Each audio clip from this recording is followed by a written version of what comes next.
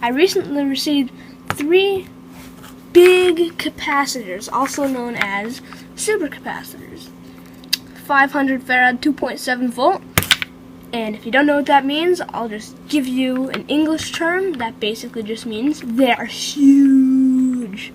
They don't handle much voltage, so they can't shock you by touching the output leads, but they can deliver huge amounts of current that can be dangerous in other ways, which I'll get to later in the video. Over here I have soldered an 100 ohm resistor between the 2 terminals on all of them, so that over time, if I forget to discharge them, they will discharge themselves between the resistor. This is just a safety measure so that if I put them in storage or something, and something metal falls on top of them or conductive and shorts it, it doesn't catch it on fire or whatever. So, these 100 ohm resistors are just little safety features that I added to it. Nothing crazy. Alright, now you get the charger capacitor. To do this, set your power supply to slightly below its rated voltage. As mine is 2.7 volts, I've set it to 2.65, or about there. To start charging, clip the positive alligator clip, or wire, to the positive side of the capacitor. Notice that the stripe indicates the negative side of the capacitor. Once you've securely attached the positive clip, you can go ahead and clip the negative one. But before you do that, make sure that your power supply is rated for around 9 amps, as these things can draw tons of current. It may seem like a dead short when you first charge it, because they're crazy big and they take a ton of time to charge. Well, actually, they act as batteries, but they don't actually take a crazy amount of time to charge, just a couple minutes. If you do happen to have a smaller power supply, possibly less than 10 amps, you can still run these capacitors and charge them, but it might take longer. The bigger your power supply, the more powerful it is, the quicker they can charge. And no, you cannot overcharge capacitors. So, let's get right to it. My power supply has gone into constant current because it's over its set limit.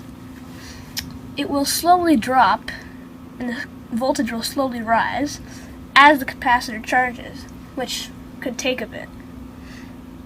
Make sure your power supply can handle a lot of current because it will need it.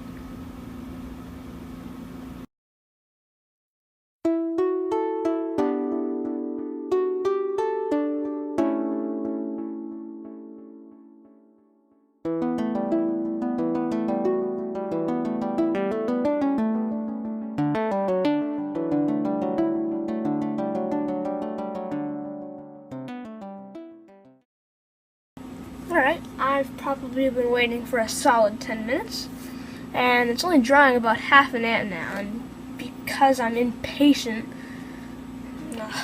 just call it close enough. You can always test it with a multimeter to make sure that it's accurate.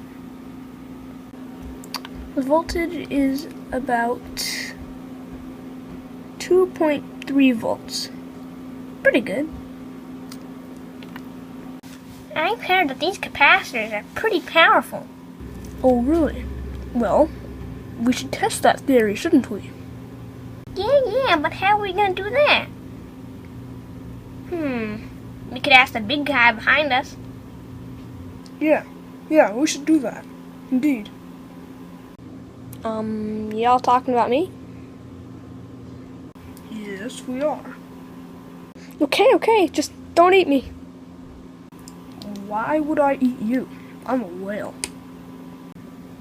Always wear your safety glasses when dealing with this kind of stuff. Alright, well, here we go.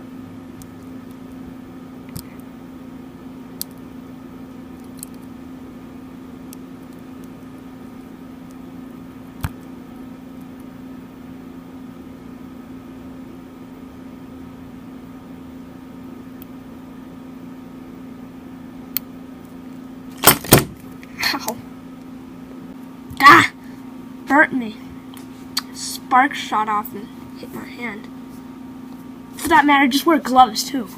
Should should have been wearing gloves. I didn't expect that to happen. Ow, jeez, it's still hot. Whose stupid idea was that? It was your bad idea that I got burnt with. Well, you're banned from this lab. Blah. That's it. I'm done. Now that those two pesky guys are out of the way, we can get to the fun stuff. So after shorting this capacitor, see how much voltage it still has. It still has 1.5 volts after shorting it with a piece of wire for a while. Now that's impressive.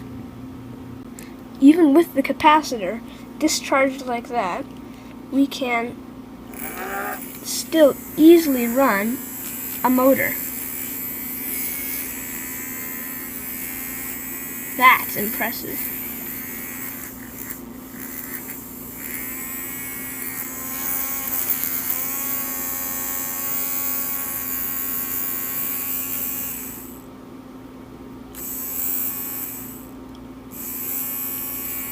And it's going fast. This is the most inefficient motor I could find. And even then, it's still running it with ease.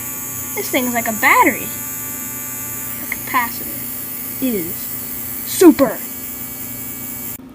Here, I managed to get a better video of it actually being shorted.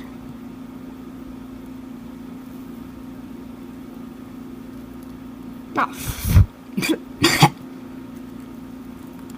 Smells terrible. This is for scientific purposes only. And only a little bit for amusement. It was glowing red. Let's quickly check the capacitance, or the voltage of the capacitor now.